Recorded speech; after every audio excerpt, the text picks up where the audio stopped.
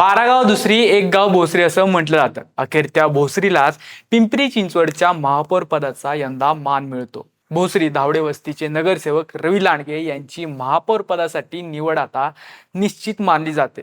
ऐन महानगरपालिकेच्या निवडणुकीत रवी लांडगे यांनी भाजपात प्रवेश केला आणि ते बिनविरोध निवडूनही आले.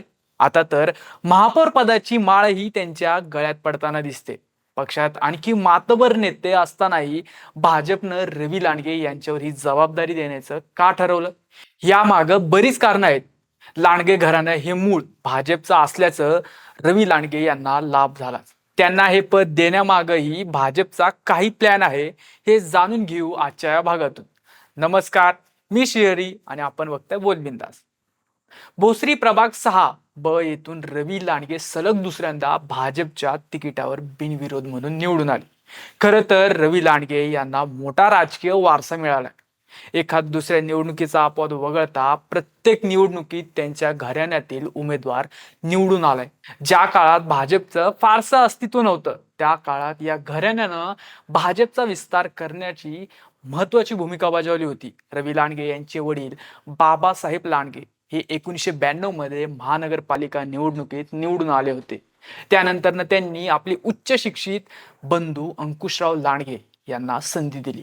अंकुश लांडगे हे वकील होते. 1997 मध्ये निवडणुकीत लांडगे हे चांगल्या मताधिक्याने निवडून आले. काँग्रेसचे प्राबल्य असतानाही भाजपच्या 9 जणांनी शहरात बाजी मारली. त्यानंतर शहरभर भाजपचे जाळे विणायला त्यांनी सुरुवात केली. काँग्रेसचा बालेकिल्ला असलेल्या भागात त्यांना भाजप केवळ रुजवता नाही तर चांगलाच वाढवला. 2002 मध्ये अंकुशराव लांडगे यांच्या नेतृत्वाखाली भाजपचे तब्बल 12 नगरसेवक निवडून आले. त्यांच्या वाढत्या ताकदीचा अंदाज त्यावेळी सर्वांना आला. त्यामुळे भावी आमदार म्हणूनही त्यांच्याकडे पाहिलं जाऊ लागलं. अंकुशराव लांडगे यांचे राजकीय अगदी उच्च शिखरावर असताना 2006 मध्ये त्यांची हत्या झाली. लांडगे कुटुंबियांसाठी तसेच पिंपरी चिंचवड शहरासाठी हा मोठा धक्का होता. त्यानंतरही लांडगे घराणे सक्रिय राहिले.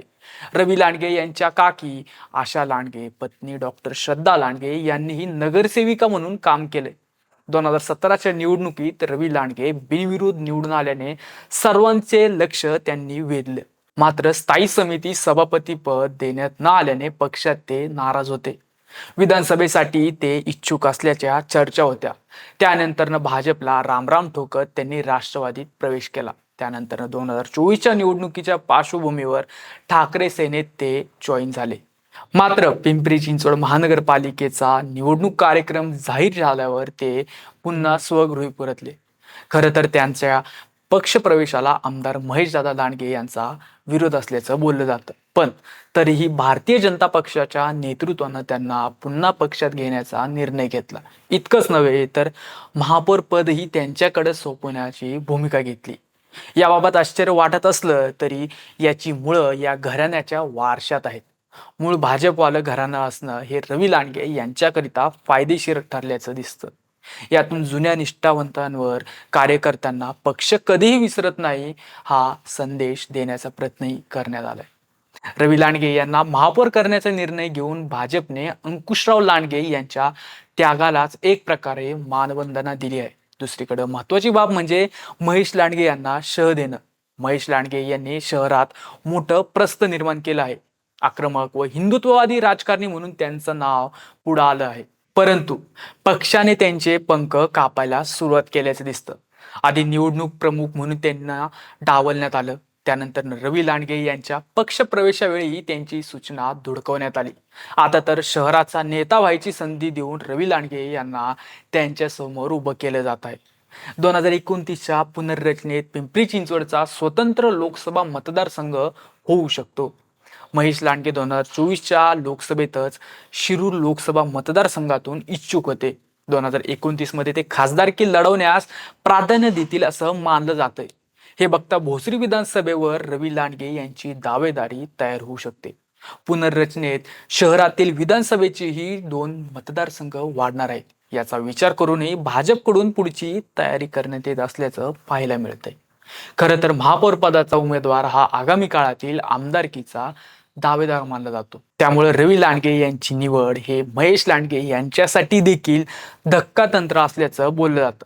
महापौर पदासाठी शहराध्यक्ष शत्रुघ्न काटे यांचंही नाव घेतलं जात होतं. परंतु चिंचवडचे आमदार शंकर जगताप यांचा त्यांच्या नावाला विरोध होता. मागच्या वर्षीच्या विधानसभेवेळी काटे यांनी जगताप यांच्या विरोधात नाराजांची फळी उभी केली होती. याचा बदला म्हणून जगतापांनी काटेंचा काटा काढला, अशीही शहरात चर्चा आहे. भाजपला भविष्याच्या दृष्टीने शहरात तरुण आश्वासक चेहरा हवा होता. रवी लांडगे यांच्या रूपानं हा चेहरा पक्षाला मिळालेला दिसतो. त्यामुळे पुढच्या काही वर्षात त्यांच्यावर अनेक महत्त्वाच्या जबाबदाऱ्या सोपवल्या जाऊ शकतात. तुम्हाला काय वाटतं हे कमेंट करून आम्हाला नक्की कळवा आणि अजूनही आमचे चॅनल सबस्क्राईब केलं नसेल तर आत्ताच करा. जय हिंद.